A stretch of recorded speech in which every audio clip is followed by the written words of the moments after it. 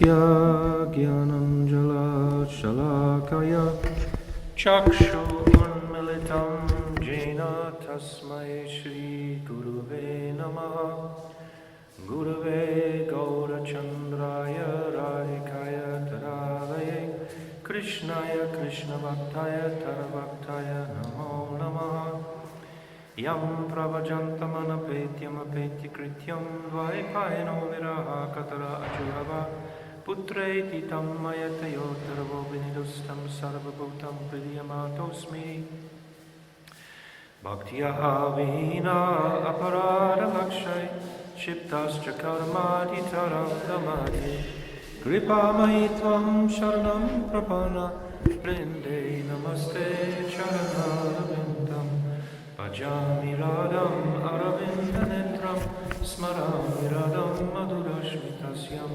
Vadami radam karuna paradram tato mamanasti katyana chapi. I first of all offer millions and millions of Dandavat pranams unto the lotus feet of my most beloved Gurudev, Nitya Leela Pravishna Om Astotarazara Shishimad Srila Bhakti Vedanta Narayan Goswami Maharaj. And the same again, millions and millions of times unto the lotus feet of my most beloved Nitya Leela Pravishna Om Astotarazara Shishimad Srila Bhakti Vedanta Swami Srila Prabhupada. And all the Vaishnavi devotees of the Lord, Dandavat pranams. So thank you all very much for attending. We're going to speak in the morning for the next 7 days on the 4th canto of Srimad Bhagavatam. So I've already spoken here in the past on the 1st, 2nd and 3rd, but I was delayed by a year because I had a health issue coming with the 4th. But now we've got the 4th coming, and then hopefully through time we can complete all the 12 volumes. So in embarking on our journey into the 4th canto, we have to appreciate its place in the other cantos. Srimad Bhagavatam is one whole necklace.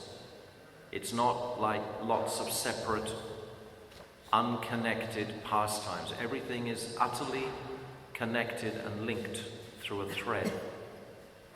So we can start at the first verse just for a moment to bring us. This class today, I'll cover the first chapter of this 4th canto, but basically I'm going to bring everything up to speed with where we're up to. So we've got it in comfortable context. So the first verse, Janmadi asya yata nivyad itaratas kardesheshu abhignat suran tene brahma kridaya adikavaya muyanti yat suraya teje virim ridam yata vinamoya yatra trisago risham damna svena sada nirasta kukam satyam paramadimahi.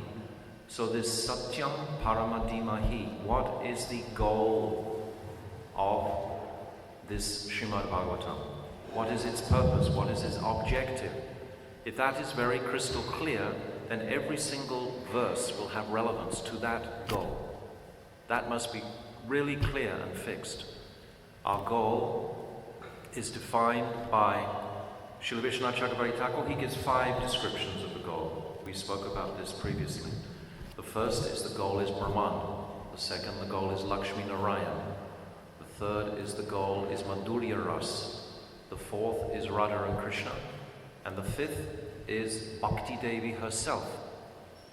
So Bhakti Devi herself is that Satyam, which means the truth, the highest Parama. Satyam Parama Dimahi. Dimahi, what should I meditate on? What should be my internal meditation while I'm tasting this Bhagavatam? What should my heart be? Where am I going? If we know where we're going, we're halfway there. It's essential to know the course, to know the goal. So this Satyam Paramadi, in the very, very first verse, Srila Vishwanath Chakravarti Thakur takes about 16 pages to describe the goal. And he gives the conclusion of Bhakti Devi, devotion. Devotion that is imbibed in its highest form by the gopis to Krishna. So it's the 10th canto. where the actual goal resides, that meditation. Now, Srila Gurudev has given a slightly different 5 explanations of the Satyam Paramadimahi. Basically, the initial is the same, the Brahman, the first. Many people entering this Bhagavatam are like Gyanis, and they want to just have liberation. And we should examine our hearts to see how much that's true for us. We should see clearly what is my real core desire.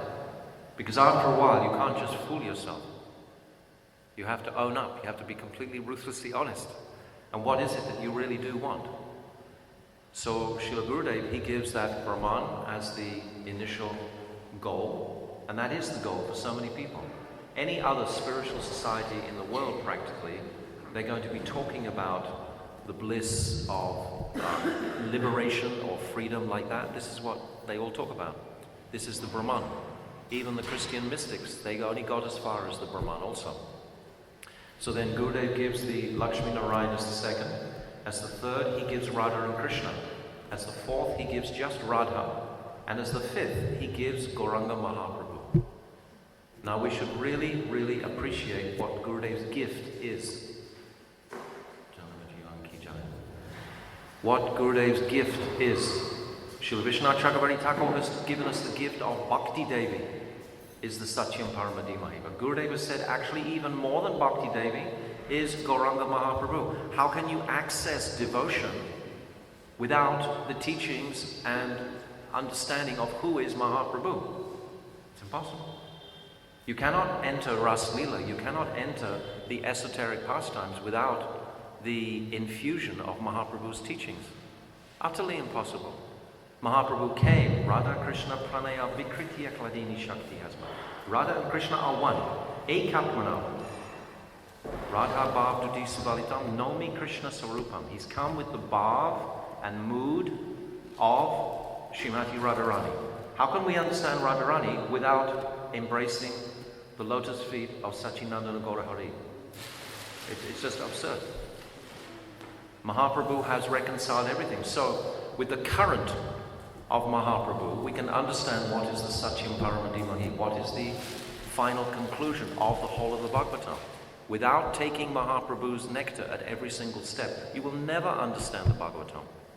So Gurudev, in his very profound mercy, has given this fifth understanding that Mahaprabhu is that Satyam Paramadimahi. With the energy and mood of Mahaprabhu and understanding his teachings, then we can reach the conclusion of the Bhagavatam.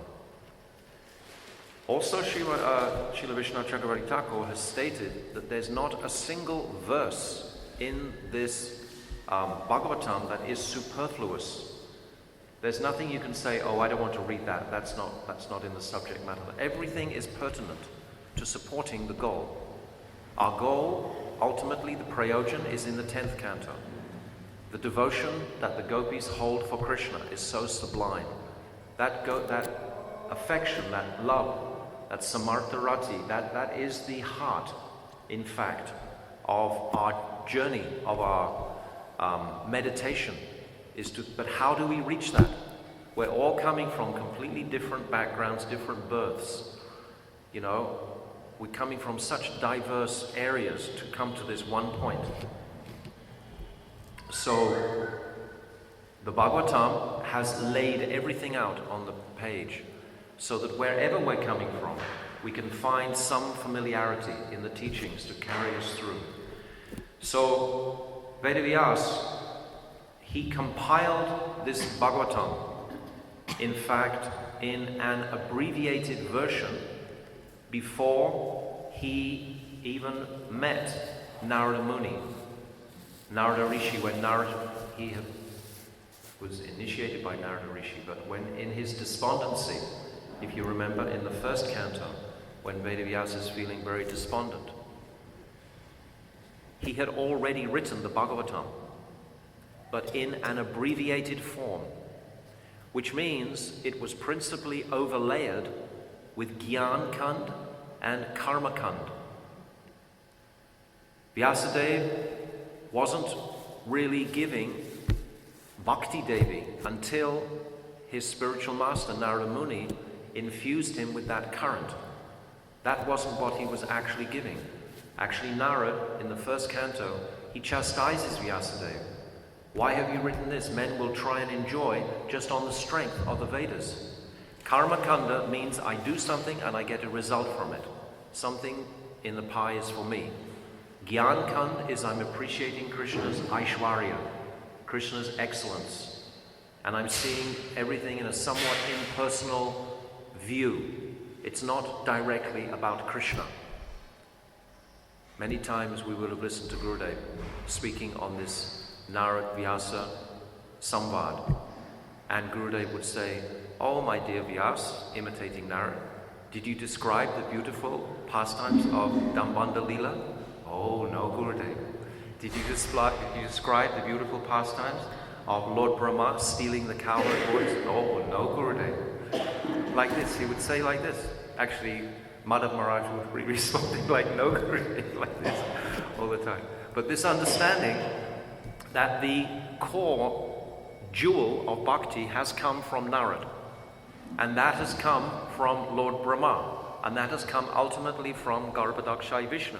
This is the displic chain. So without making this very strong platform, where is our authority coming from? Are we just taking it from here or there? No, it's in a direct line. It's utterly watertight, totally pakka. Nothing can challenge it, its authority. So this authority is very much substantiated in the 4th, 5th, and 6th chapters of the first canto. So I'm just bringing you up to speed for the 4th canto. So we appreciate where we're coming from. Vyasadeva was despondent. Narada Muni had to manifest and infuse him with the current of bhakti, of devotion. No, it's not about gyan. It's not about karma. It's about bhakti. This is the satyam paramadimahi. This is vital for us to appreciate immediately. If we're going to enter the Bhagavatam, what is the heart of it? Where are we going with it? It's the law book for Kali Yuga. It's the law book for humanity. Is this Srimad Bhagavatam?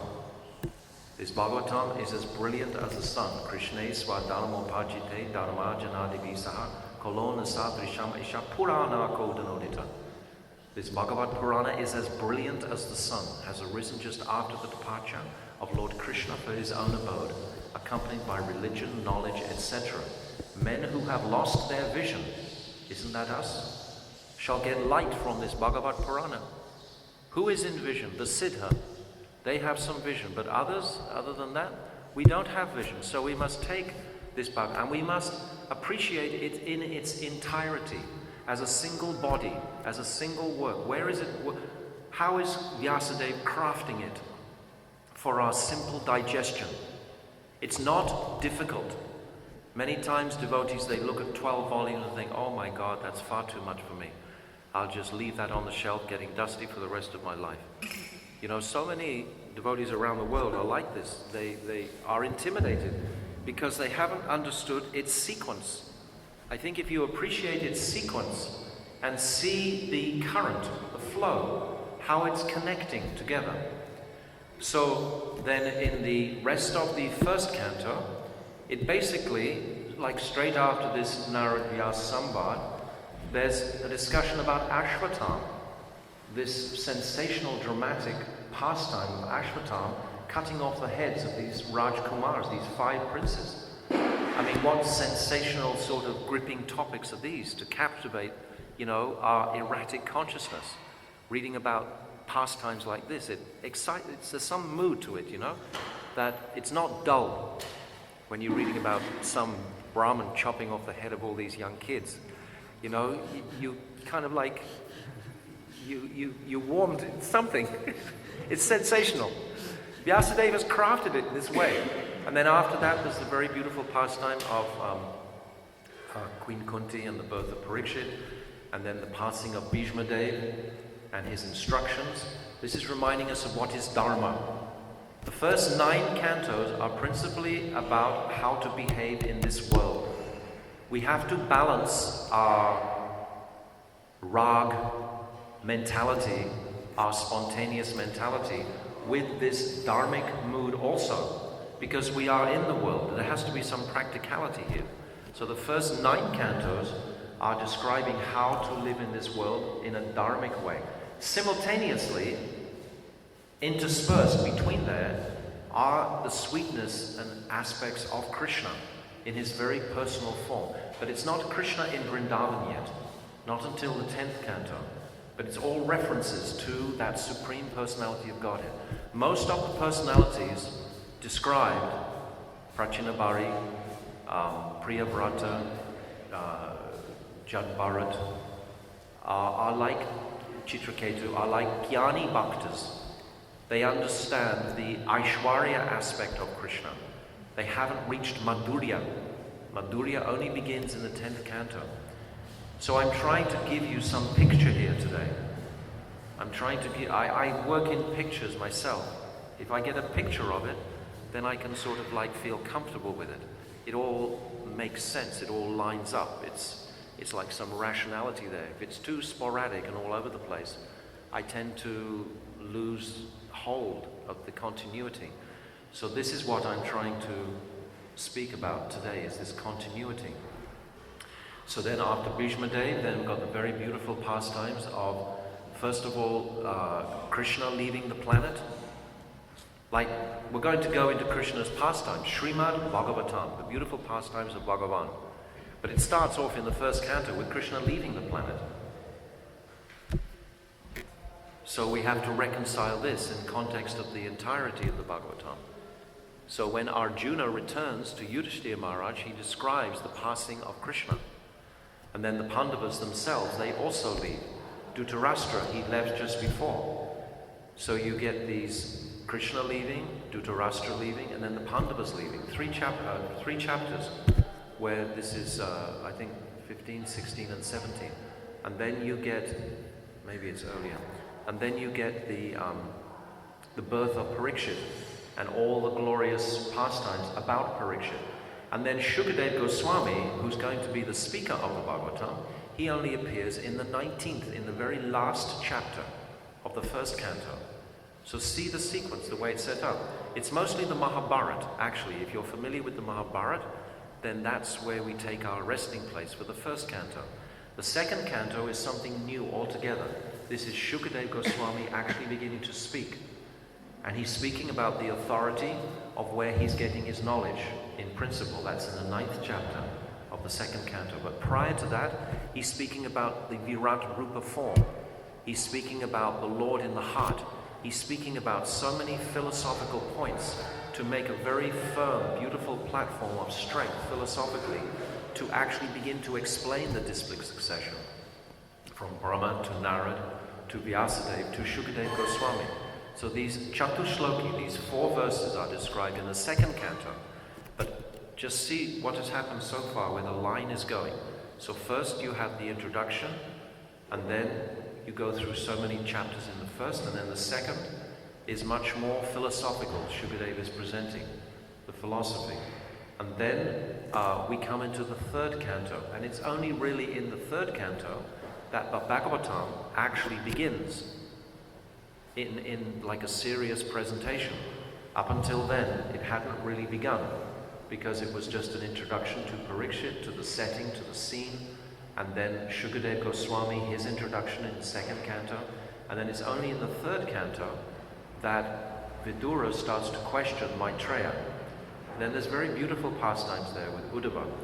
So these are in the first 6, 7 chapters of the third canto. This beautiful and many of Krishna's pastimes are coming out of the heart of Uddhava at this point, because this is setting the color, the scene, that actually this is the place that I want to get to. I want to hear about Krishna. And Uddhava, his sweet remembrances of Krishna, it's described that he's in such a high state of bhav, he's weeping, his body is trembling, while he's describing these pastimes to Vidura. Vidura, you'll know from the Mahabharata, he left the Kaurava's palace before the actual war happened. So he finds out at this point that all his relatives have left this world. He finds out from Uddhava. So this is also described. So again, it's the continuation of like the Mahabharata pastime. So the Mahabharata is very important to appreciating this scripture. So then in about the 12th chapter, then Maitreya Rishi, who's like the brother, you can say, of Parashara Rishi, who's the father of Vyasadeva. Actually, Maitreya Rishi is described as being a disciple of Brihaspati. Simultaneously, Brihaspati is the same as Uddhava. They're both disciples of Brihaspati, the spiritual master of the heavenly planet, Swagaloka. So this is how Srila Vishwanath Chakravarti Thakur describes. So then in the 12th chapter, Lord Brahma is creating so many aspects of the creation, which are fascinating for us to know. We all like to know where we came from.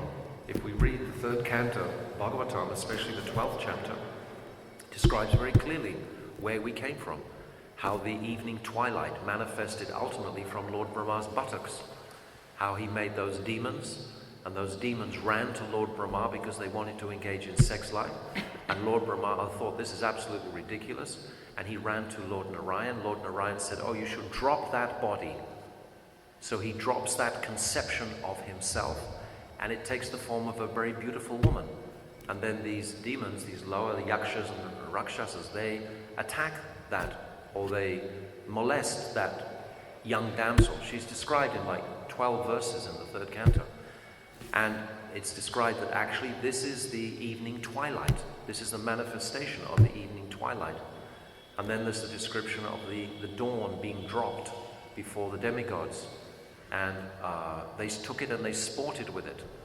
And then it's described how night has its manifestation, etc. All these very fascinating topics. Sometimes people, they say, oh, is this literal? It's totally literal. It's totally scriptural, and totally every single word of the Bhagavatam is completely literal. But we can't comprehend it with our conditioned mentality. Just this morning someone wrote to me and said, oh, is the earth really flat? Ah, God, you're going to get into this. You know, according to Srimad Bhagavatam, it is 100%, million percent flat. But can you see it as flat? No, because your mind is conditioned. So it's a chintya.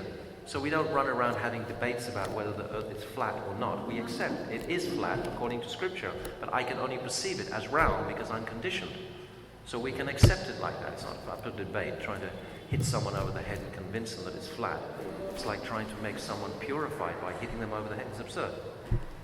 So we don't have to discuss these things. We can just read them, absorb them, and fully intake them into our hearts with shraddha, with full, complete faith. So, in this 12th chapter of the 3rd canto, Lord Brahma becomes somewhat despondent because he realizes that actually I'm making all these planets, but I haven't actually filled them up sufficiently. I mean, the 4 Kumaras, they didn't want to procreate, so Lord Brahma got quite angry for that, cursed them to stay in bodies of young children. And all the other sons of Lord Brahma, they hadn't actually really done the job. They hadn't actually manifested the planets, which is what he wanted them to do. So then, in his meditation, suddenly this divine, amazing couple manifested. And this is Swayambhuva Manu and Satarupa, his wife. They're the first Manu, the first progenitor of mankind. So now our story really starts here. This is really our entrance into the 4th canto. It starts at the end of the 12th chapter of the 3rd canto with Swayambhuva Manu and his wife. Now they had 5 children, and these children are all going to be described in sequence throughout the next 2 cantos, even reaching to the 5th canto. His 2 sons, Swayambhuva Manu, are Uttanapad. Who is he the father of? Dhruva. And Priyavrata. I know you're awake, I'm just thinking everyone else is awake. So Priyavrata is the other son, is the brother of Uttanapad. And then he had 3 daughters. Who can remember one of the daughters? Tell me. You're all knowing your Srimad Bhagavatam here. We got a very high-class audience. You're looking, reading it. Okay, tell me, no problem. No problem if you have to use a support. No, who is this daughter? First daughter that we hear about? Huti. Devahuti. If you were here 2 years ago in the third canto, we spoke extensively about the glories of Devahuti. She's the most exemplary daughter of Swayambhuva Manu. Swayambhuva Manu has 3 daughters, and he has 2 sons. So now, if you want to understand the fourth canto, you should get this picture. There's a divine couple of Manu. Swayambhuva Manu is the first Manu. There are 14 Manus in a day of Lord Brahma. The first Manu is Swayambhuva Manu. The 7th Manu, where we are, is Vaivashvata Manu. That's where we are now. So there's 14 Manus. So this is right at the very beginning. Are you getting a sort of a sequence from what I'm saying? Is it working? Something? Huh? We're on the 7th Manu? 7th Manu, Vaibhashvata Manu, yes.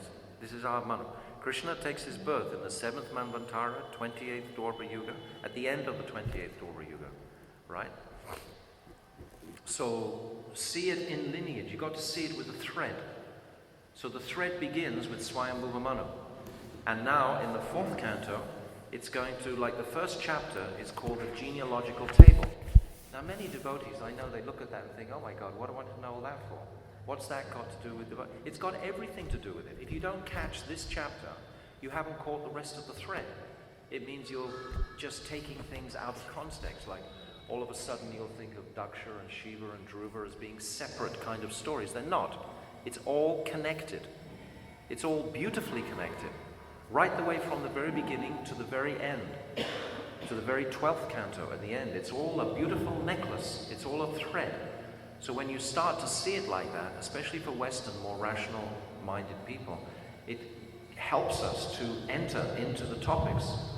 You know, we're not so sporadic and just, you know, our minds don't work that way usually. We need something, I need something more orderly anyway, myself. Otherwise I can't really get enthusiastic about it. I lose the sort of, because ultimately Raganuga Bhakti is very spontaneous. You know, it becomes very esoteric. You know, that's a whole nother dimension of consciousness. But prior to that, we're building a very beautiful platform, a strong platform, to put the palace of Ras on top of it. That's its purpose. We are following in the footsteps of the Ragatmika Bhaktas. We have been stamped by Srila Gurudev to actually go this path. So we must never forget that. We must not get caught in the thorny thickets of Gyan, reading these earlier chapters and thinking, oh, this is actually the purpose of life. The purpose of life is the 10th canto, but to be inspired by the 10th canto, to really be able to enter it, we need the qualification of these other 9 cantos. It really helps. So the genealogical table starts, this 4th canto starts, and Maitreya Rishi, as I've described, he's like, is he a disciple of Parashara Rishi or like a brother? I think they're together. I think they're actually like god brothers in a sense. Parashara Rishi, the father of Vyasadeva, and Maitreya. Maitreya is definitely older than Vyasadeva. But as I described before you came in, it's actually, Vishwanath Chakravarti describes that he's a disciple of Brihaspati, the same as Uddhava is a disciple of Brihaspati. So for people drinking this nectar, all of these topics is complete nectar, because this is our heart. There's nothing in the Bhagavatam that's not described. Nothing. Absolutely nothing. We can mention any topic and it'll have its answer right here in the Bhagavatam. It's the law book for humanity. If we fail to actually read the law book, what sort of success can we have in life? If we haven't actually read, the law book, it's everything. So if we can become enthusiastic to read it. So in the beginning, Maitreya of the 4th canto now, we've come up to speed, something. We didn't mention one topic in the 3rd canto, because I'm going to mention it now, the topic of the Kadama Rishi and Devahuti Samvad. This conversation between Kadama Rishi and Devahuti. Kadama Rishi was a son of Lord Brahma, and he marries the daughter of Swayambhuva Manu. So we're still in the lineage of Swayambhuva Manu. That's who we're talking about. So Maitreya Rishi says, in the previous verses, or previously, I described the first daughter of Swayambhuva Manu. Now I'm going to describe the other 2 daughters. So he had 2 other daughters, Akuti and Pashuti. These two other daughters are going to be described. So you see all the connection. The third canto is completely linked to the fourth canto. There's no separation here. It all starts from Swayambhuva Manu, because also after this description is going to come a description of Dhruva Maharaj, who is the son of Uttanapada. And then when we reach the fifth canto, we're going to hear about Priyavrata. So we're going to hear about all the descendants of Swayambhuva Manu. So everything is in context. It's not just haphazard. It's all referenced. So what I wanted to do in these classes was actually read directly from the Bhagavatam to give you a taste of the language and of the mood directly of the Bhagavatam. Now remember, as I said in the very beginning, every single verse, every single word, we can think of Chaitanya Mahaprabhu simultaneously, because he is the one who's giving us the ability to actually enter significantly into this Bhagavatam. Without Gauranga Mahaprabhu, then it's all a little dry. I was reading one group's presentation of this fourth canto yesterday, and they say no mention of Mahaprabhu. Not even in the very beginning, there's no mention. So the whole thing was a little bit, there was no balance for me. We must have Mahaprabhu. He must be there. And where he is in the goal, because he's explaining Parakiya Ras. Without Parakiya, without understanding the nature of unwedded relationship, then Mahaprabhu's instructions have no relevance. They haven't. That's the most significant thing, is for him to explain how Krishna could dance with so many other men's wives and yet be the Supreme Personality of Godhead. And how do we reconcile it? By taking his antidote, his medicine of chanting Hare Krishna. That shows the efficacy of the Mahamantra itself, to give us the power to reconcile these apparent incredible contradictions. That this is God and God's dancing with other men's wives. How can a rational man understand that? Even Jiva Goswami had to write about Swakiya Bhav to compensate. You understand what I'm saying? If you don't, you can ask a question. Don't be shy. Please ask anything. You can interrupt. If I've gone too fast, I'm full of this Bhagavatam now, and you're not, because you probably haven't been studying it for a class of a week like I have. So if there's anything that, I've glossed or you haven't, just ask me and let me describe it to you. If there's any drop in the sequence, it's basically the structure and the sequence that I want to share with you, because I think this is very important to have a platform to actually enter into the topics. Okay? Maharaj, the happiest that they are others men's wife, but they are not. Sorry? Because we have a new guest here, so maybe a bit confused. So maybe you could describe why actually they are not others men's wife. Those Gopa, they were actually manifestation of Krishna when Brahma stole all the calf and cows. Well, that's a whole other pastime. I'm not going to go into problem. You're speaking about the Rasa Leela, how we can describe that Krishna. No, I'm not speaking about it. I won't speak about it till the evening.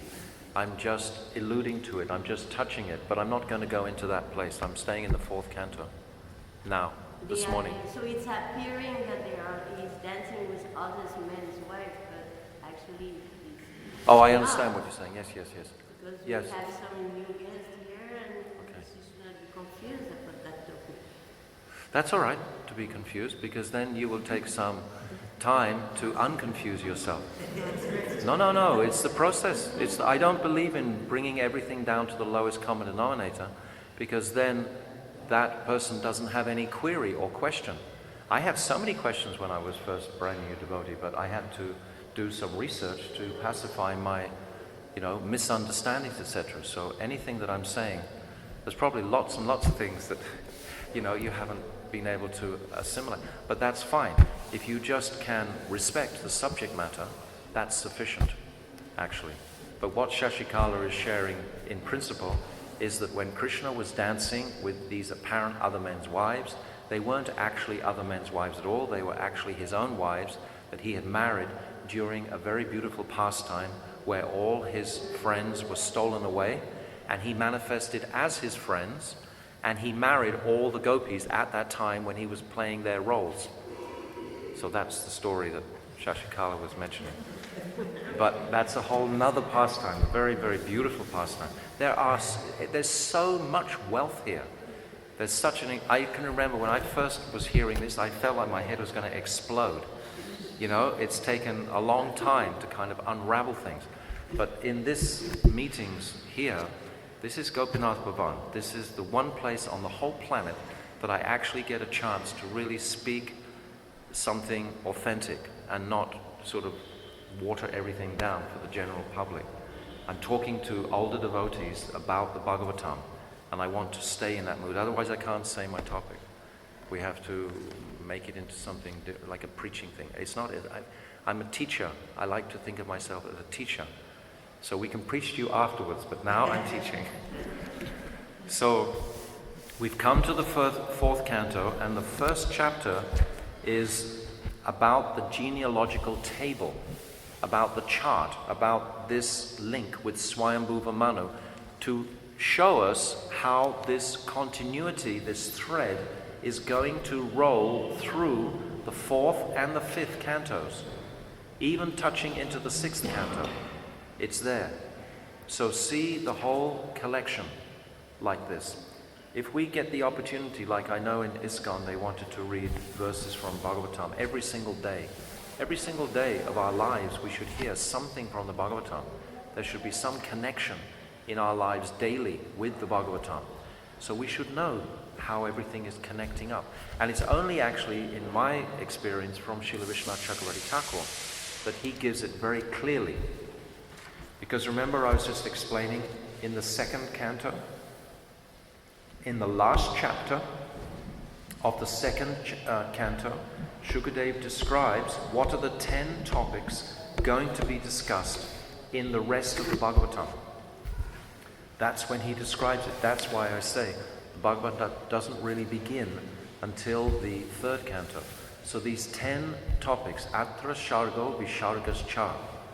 What's that? Stanam Poshanam Utayam, Manvantar Shanu Katar, Nirodha Mukti Ashraya. These are the 10 topics of the Bhagavatam. So he lays it out for us. He wants it to be methodical. He wants it to be step by step by step by step. We shouldn't get overwhelmed just because it has 12 cantos to it. Actually, the more you read it, the smaller it becomes. You can actually contain it in the palm of your hand after some. Because the main principal truth is what I've already spoken, was that Sri Radha and her service to Krishna is the ultimate reality that we're trying to actually appreciate through Chaitanya Mahaprabhu. So that is the goal. But still we have to go through a lot of steps to reach that place. So now in this chapter, it begins with Maitreya Rishi said, although Satarupa and Manu had 3 daughters, Akuti, Devahuti and Prashuti, he says, then with the consent of Satarupa, Manu gave Akuti to Ruchi, who took shelter of Putrika Dham, even though Akuti had brothers. This is very interesting at the beginning of this canto, that actually Swayambhuva Manu had a daughter, and he could see with his vision that his daughter was going to give birth to the Supreme Personality of Godhead. He could see that. He had that vision. So he gave his daughter in marriage on the condition that their first son they give back to him as being his son. He wanted to have that son himself in his own family. So the second daughter of Swayambhuva Manu is called Akuti. Like we have Devahuti, this is Akuti. And she marries Ruchi, and they have this contract where the first son will be given back to Swayambhuva Manu, even though he had 2 other sons. But he wanted to have Krishna, or Bhagavan, or Lord Narayan as his son. His son is actually Yagya. So 2 children are born from Akuti and Ruchi. It's actually Lakshmi and Narayan. It's Lord Narayan's eternal consort, Lakshmi Dev. So Lakshmi Dev stays home in the family of Ruchi and Akuti, and Yagya, he goes to the home of Swayambhuva Manu. And then when they reach the marital age, then they both wed each other, even though they're born from the same womb. And this is described in detail. It's like it's breaking with our apparent moral principles in the Bhagavatam. It's giving us a challenge to realize these things. Who are these sages? They're talking about something like this, like the sister and so I'll read you here how the commentaries are.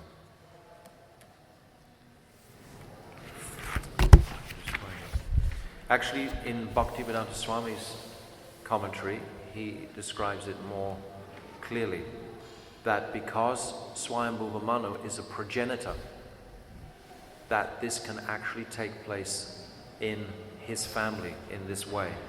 And because Lakshmi Narayan are completely eternally connected in consorthood and to Lord Narayan, that they cannot be separated from that relationship. So therefore that relationship had to be arranged in this particular way. So the male was directly the Supreme Lord in the form of Yagya, and the female was the indestructible Dakshina, a portion of Lakshmi. And then Swayambhuva joyfully brought the son of his daughter to his house, and Ruchi kept the daughter, Dakshina. And then there were 12 other sons manifested from Akuti, and these are all described also. And then it's described how Manu gave Devahuti to Kadamba, which we've already described.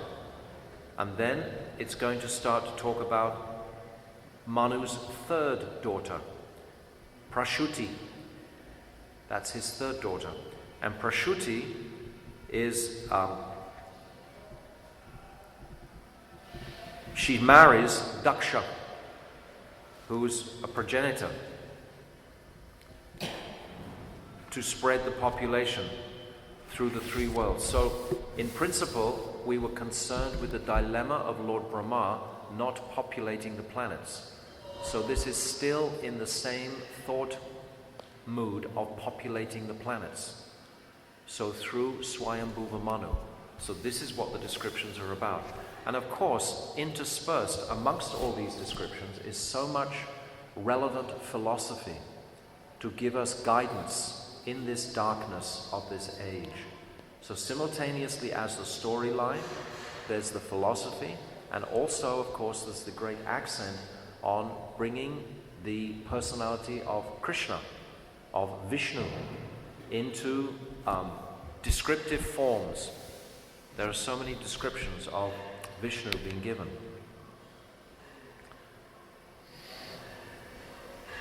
So,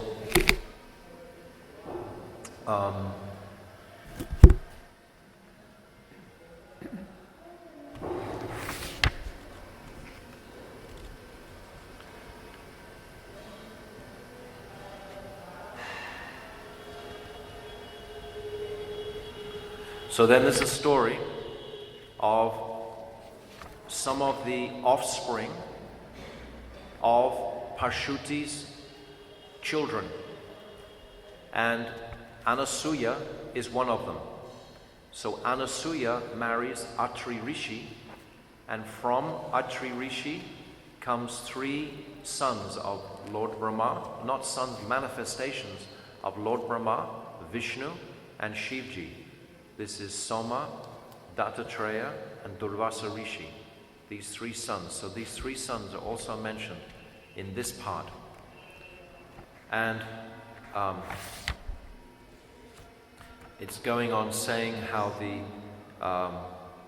sages, they gave their different daughters and the different names of the different personalities who are born from them. But basically, it's giving us an idea that they're filling up the universe with these personalities. And it's all coming from one root, which is Swayambhuva Manu. So this is basically what this whole first chapter of the fourth canto is really about.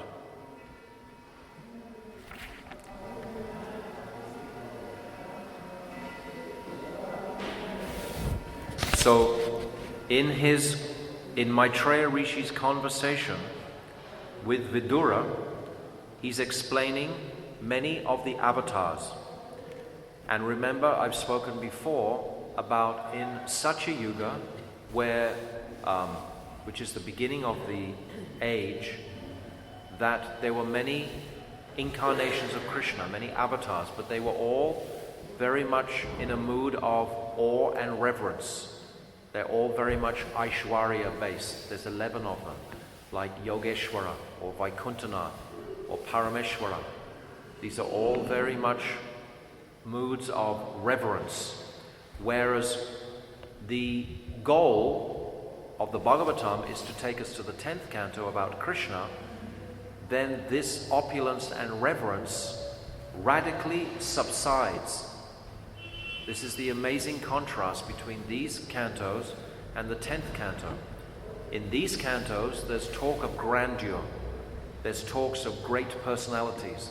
There's talks of heavenly beings. There's talks of so much mystical things happening. But in the 10th canto, it's just Krishna, God, as a little baby running away from his mother, being chased by his mother holding a stick.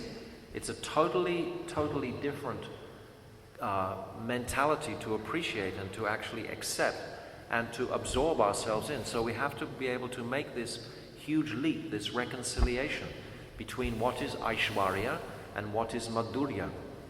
Because we have to think of this all the time while we're in. If we just get involved in this fourth canto and we don't think constantly about the Madhurya Dham, which is the platform that is building our eligibility to stand on to enter Madhurya Dham, then really what is the complete benefit of just the fourth canto?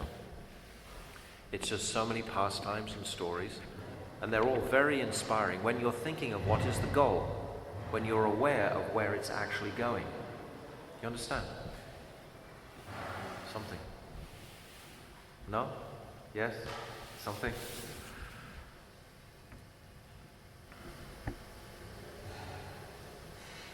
I'll just read from one verse here, just to give you an idea, just a taste. At the appearance of Naranarayan, the entire world became filled with joy. Everyone's minds, all directions, the air, the rivers, and the mountains became pleased. This is a sort of language, it's very vast, it's very oceanic. The rivers, the mountains, the air, all the atmosphere became very joyful and pleased at the manifestation of Naranarayan Rishi. In the heavenly planets, instruments sounded, flowers fell from the sky, the satisfied sages chanted prayers, the Gandharvas and Kinnaras sang, and the beautiful damsels of the heavenly planets danced. All signs of good fortune were visible. Just at that time, great demigods like Brahma also worshipped the Lord with prayers. But this is a picture into another world. It takes us out of this world of Kali Yuga, actually living in Vrindavan. You're not so much in that world of Kali Yuga. But its relevance we can appreciate is if you're sitting back in Kalagiri or, Sardinia or some place in America or something, and then you're reading these pastimes, it can fill your heart with such happiness and joy. It takes us out of this world and makes us appreciate the other worlds simultaneously. This is like the beginning of opening our consciousnesses to accepting these other worlds. And nothing, as I've said before, is not completely true. It's all completely founded. So then it's saying that the Devatas, the people from Swaga, said, "We offer our respects to the Lord, who has now appeared in the house of Dharma in the form of a sage to show that the universe belongs to him. It's created by his energy. So now it's interspersed with some philosophy to show that all this is a manifestation coming directly from Krishna. There's nothing in existence that is separate from Krishna. Everything is connected to Krishna. Everything is a part of Krishna. So, for example, by reading this chapter, which may appear to be somewhat dry, is not at all. It's packed with so much sweetness. It says here, may that Lord, known through the Vedas, glance at us Devatas, who have been created with sattva gun, in order that he destroy disturbances to the order of the universe with his merciful eye, which derides the spotless lotus, the abode of Lakshmi. So even in Swargaloka, even in the heavenly planets, there are disturbances. This is not Goloka Vrindavan. It's only when we reach the supreme spiritual destination, which is a realization of my own spiritual form and personality in service to Sri Radha and Krishna in Vrindavan. Only when I reach that place have I left all material anomalies behind completely. There's no more material, but there will always be some sort of material disturbances for those in this world.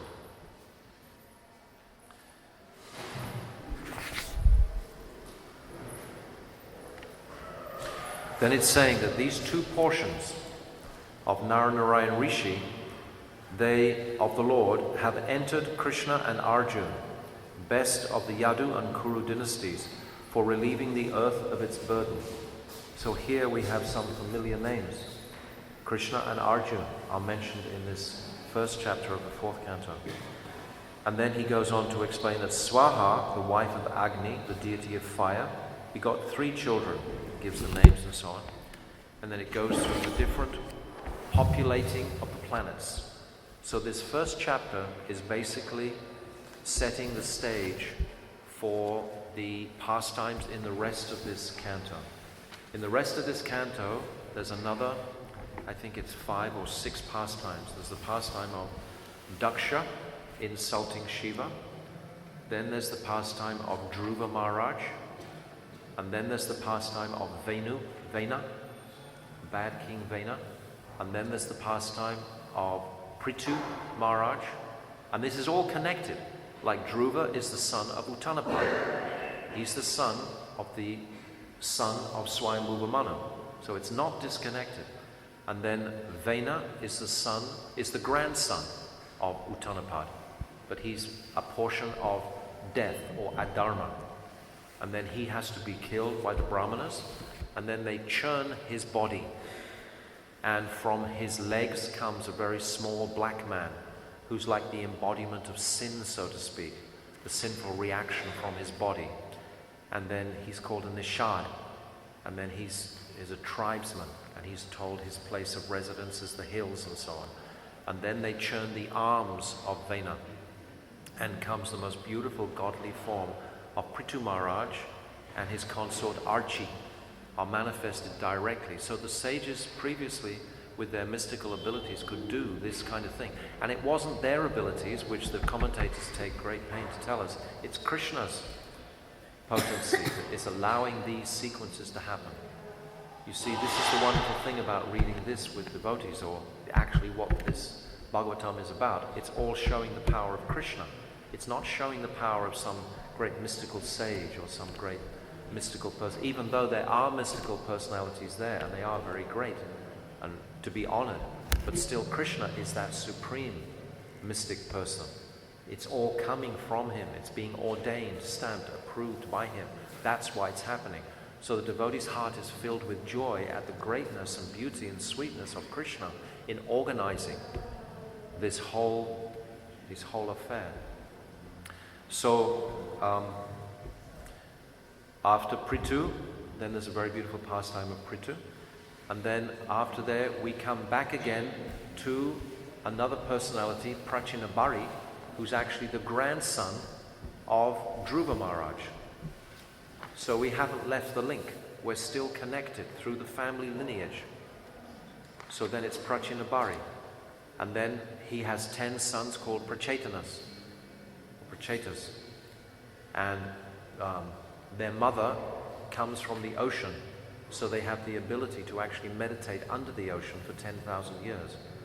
So this is going to be described. And then there's a beautiful allegorical story that Narad speaks to Prachinabhari, because Prachinabhari has become immersed in karmic activities, in sacrifices. So it's explaining there. And then we come back to the pastimes of the Prachetas at the very end of this canto. So in that canto, that's more or less the whole canto that I've actually just mapped out. And we're going to go through in detail. Tomorrow we'll do the amazing pastime of Daksha insulting Lord Shiva in the sacrifice. And it's a stunning, it's an amazing story.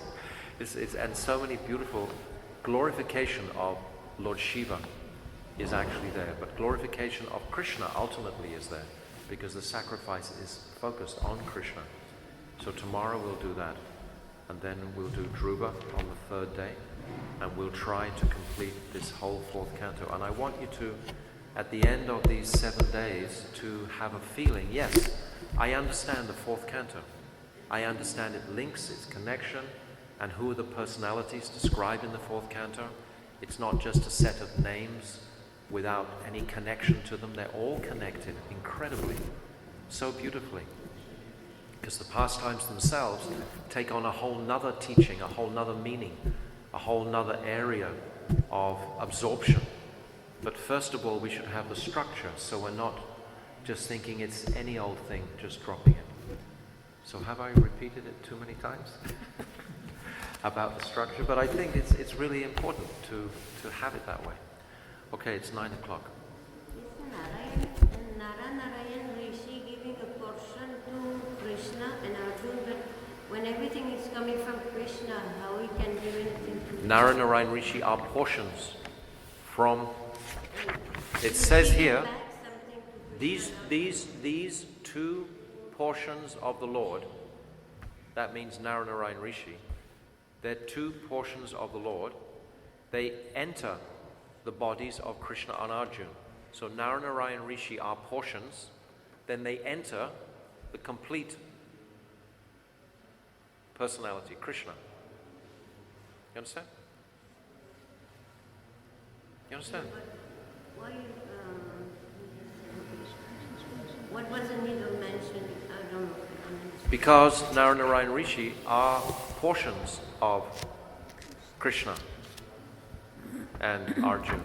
It's showing the original, the original seed. Yes. That's the purpose. Everything must have origin, Shashikala. Everything must have complete explanation. That there must be no confusion anyway. Well, I can read back from just before, just to clear that. It's saying here that Shanti gave birth to Sukha, and then there's a whole list. And then finally, it says that Murti was the source of the Lord Sri Narayana, who is the ocean of all auspicious qualities.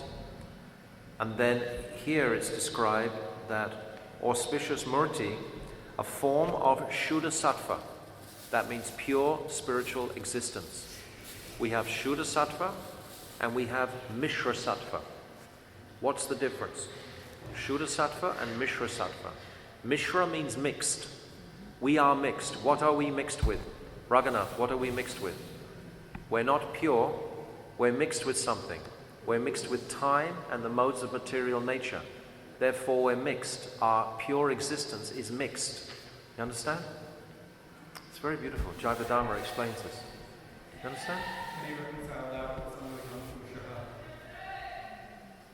What's that? What mixes? Does the soul mix, or is it just the material energy which is covering us that mixes? Our misconception of our identities has this nishad, this acquired nature, is what I think I am in my consciousness, and that is what has become, that is what is separating me from my Shuddha Sattva original identity, is this mixed existence. Sattva means mixed. So Mishra, my existence has become mixed due to my material thoughts taking me away from my pure existence. Is that right? Where the material thought is coming from. My attraction to enjoy material energy. I mean, this is the my. No, I just All right, I'll tell you from the very root. It comes from our offense of turning away from Krishna. This is what, as soon as I turned my face away from Krishna for a second, then that was an offense. Because Krishna is love and Amrita, the origin of beauty. And I turned away from him. Not personally, but from a conception of him in the Tatashta region. I turned away from that. And because of that offense, it's called vimukh, then all these material lust developed in my heart. And from that, this whole separate identity that I am the material body was given to me so I could enjoy and exploit material nature. That's Jiva Tattva in a nutshell. Huh? Linga Surya. What? The Linga Surya, the subtle body, then the false ego and substance. That all develops. Yeah. That all And the develops. first covering. Yeah, that all develops because of my first offense. And we maintain that identity due to our offenses also in our devotional service. So for one moment we turned away, at that moment in time we've had to experience all of this Yep. forever. Yep. Yep. And what about all the moments that we're turning away constantly? Yes. And that's what gives us all the suffering in this world. It's like it's not a historic thing that we turned away. We're turning away now. It's like today, before you even have breakfast, how many times will we all turn away from Krishna in one way or another? But that all comes from the first seed. Yes, the offense. But if that one little offense created all of that. Wasn't a little offense. All the rest of our Krishna wanted it like this. This is what we have to understand also. It's achintya. It's Krishna's arrangement. That he arranged us to be weak. He arranged for us to not be strong in that condition coming from the Tatashta. But there was a semblance of vibration, of attraction to Krishna on one side, and there was the gross material attraction on the other. And we all chose that gross attraction. But still today, at every waking moment, there is that attraction to Krishna is still there in option. You'll find that you're suffering like crazy as long as you're not chanting Hare Krishna or reading Srimad Bhagavatam or serving the deity. Why? Because certainly as we get older in devotional service, it gets more and more defined. Every time I am feeling so miserable when I'm not directly engaged in Krishna's service, he's showing us through his mercy that. He's showing us the reality of that tattva. Because many times devotees get miserable. Is that true or not true? Or shouldn't we say that? Is it or not? Is it true? Not Anita. She doesn't get miserable. Who doesn't get miserable? I mean, you don't get miserable because you're always thinking about Krishna. That's the truth of it. No, ignorance is also bliss. No. Krishna, really. Vrindavan.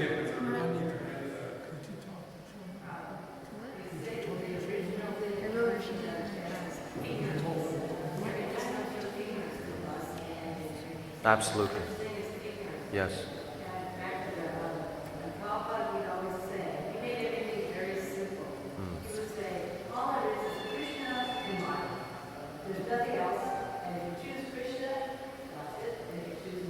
Yes. Absolutely. I'm saying same thing. Yes. Exactly. Yes. Yeah. Fundamentally that. No alternative. But if you're in ignorance and if Krishna won't let his devotee remain in ignorance without getting a heavy slap in one form or another. He doesn't want his devotee in ignorance. He wants that vidya to be manifesting. And if the devotee is happy constantly and he's engaged in Krishna's service, then he's constantly happy. But as soon as he detracts from that, then like a razor, it'll just cut you. And you'll become restless. Yeah, as long as we don't think of Krishna. Anita? I don't know if it's exactly a question, but it's just, I guess, interesting that the Supreme Lord comes 3 times so quickly after. I mean, maybe time I can't put in perspective here, but each of the 3 daughters, he appears in their dynasties. Yeah, it's amazing, isn't it? Like seemingly pretty fast after Yes. creation. Yeah, because he's showing his support to Lord Brahma. It's a beautiful point she's making. I meant to make this point also. It's not a question, she's just making the point. And I meant to say this also, that all three daughters have the Supreme Personality of Godhead as their children. All three daughters of Swayambhuva Manu have Krishna as their daughters. Thank you for saying this. You've been doing your homework. You were reading it. Yes. Oh, she's looking at the... Yeah, that's the way to go. But no, what she said, listen, digest what she just said. It's very beautiful contemplation. That Swayambhuva Manu has three daughters, and all three daughters have the Supreme Personality of Godhead as their children or grandchildren, like that. All coming right there directly to encourage Lord Brahma. And this shows, again, that nothing can happen without the Supreme Personality of Godhead. That not even Lord Brahma can create progeny sufficient to inhabit all the planets without Krishna. Everything has to have Krishna. So this is reinforcing our bhakti, our devotion. We're seeing Krishna in other forms in these early chapters. So it's very beautiful to appreciate, this relevance. Is not, and all the way through, actually, so many times, like Krishna's going to appear to Dhruva Maharaj. And then Prithu Maharaj, he himself is a Shakti Vaishya avatar. Nevertheless, Vishnu appears to Prithu Maharaj. And then Prachinabhari, he has Narada Muni, who's one of the greatest devotees of Krishna, appear to him. So it's all the current and strength. It's all coming from Krishna, just makes it so glorious. Because without this ingredient, or without putting this accent on all these pastimes, it's, a jnani won't appreciate that. But as bhaktas, we're looking for that, we're smelling for that.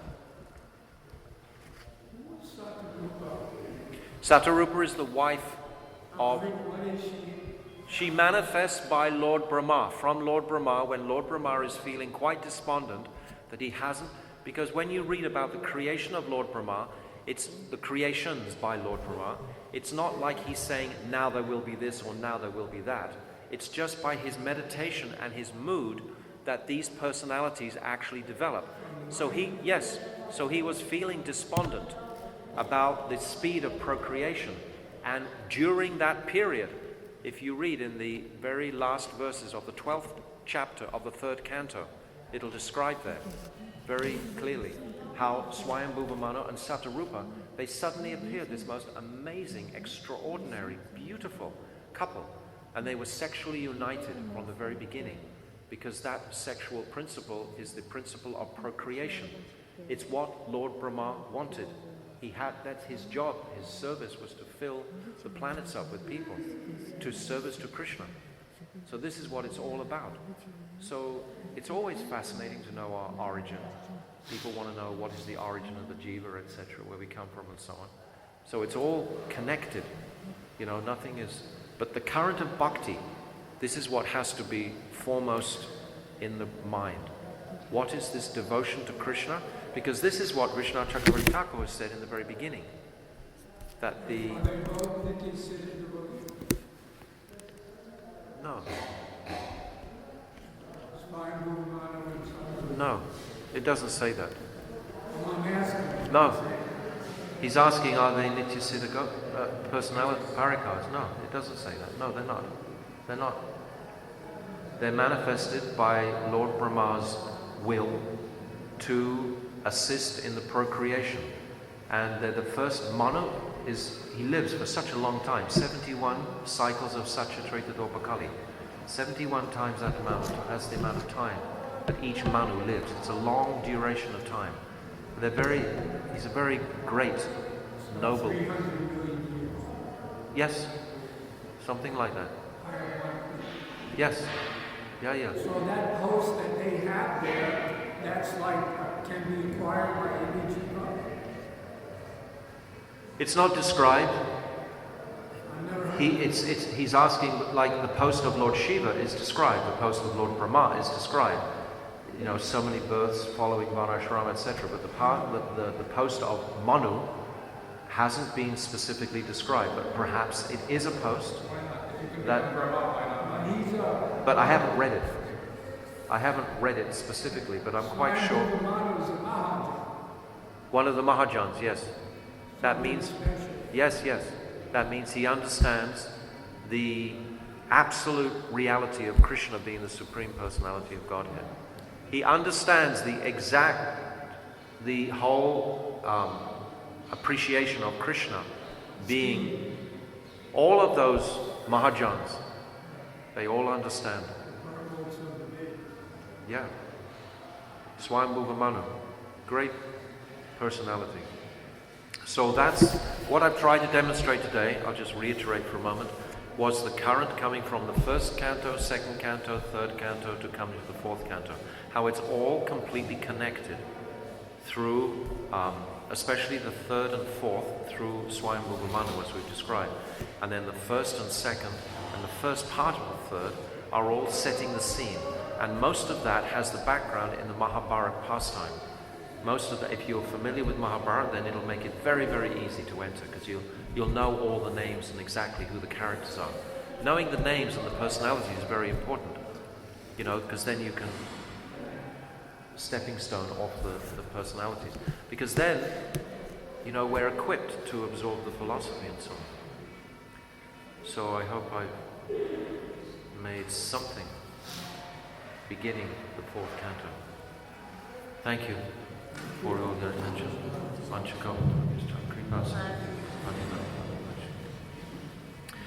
Hare Krishna, Krishna Krishna, Hare Hare, Hare Rama, Rama Rama.